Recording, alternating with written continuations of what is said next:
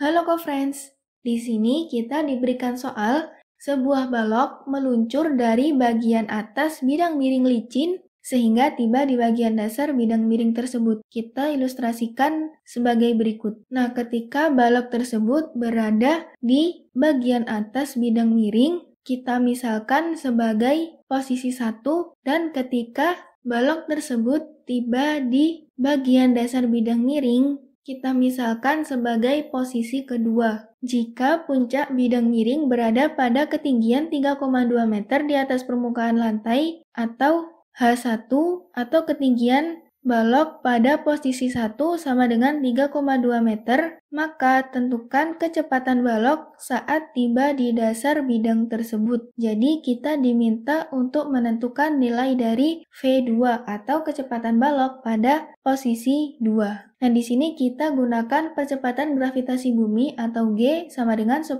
meter per sekon kuadrat. Oke, pada kasus ini kita bisa gunakan hukum kekekalan energi mekanik. Jadi dalam hal ini, EM1 sama dengan EM2 atau energi mekanik pada titik 1 sama dengan energi mekanik pada titik 2. Nah, karena energi mekanik sendiri sama dengan energi potensial ditambah energi kinetik atau EM sama dengan EP ditambah EK, jadi EP1 ditambah EK1 sama dengan EP2 ditambah EK2.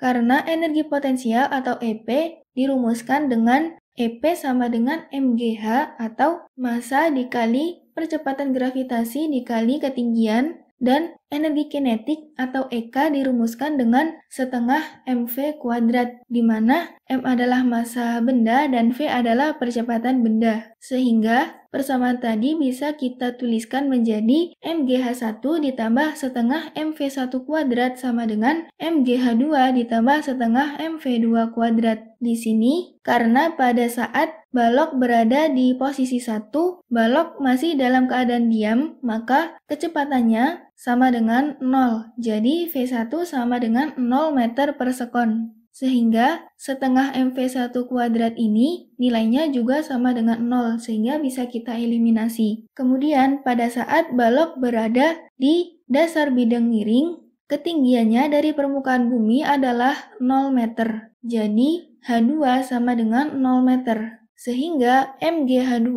akan bernilai 0 dan bisa kita eliminasi juga. Jadi mgh1 sama dengan mv2 kuadrat. Di sini m bisa kita eliminasi. Kemudian v2 kuadrat sama dengan 2 dikali g dikali h1. Lalu kita substitusikan nilainya. V2 kuadrat sama dengan 2 dikali 10 dikali 3,2 sama dengan 64. Karena V2 kuadrat sama dengan 64, maka V2 sama dengan akar 64 atau sama dengan 8 meter per sekon. Sehingga bisa kita simpulkan bahwa kecepatan balok saat tiba di dasar bidang tersebut adalah 8 meter per sekon. Sekian pembahasan kali ini, sampai jumpa di soal berikutnya.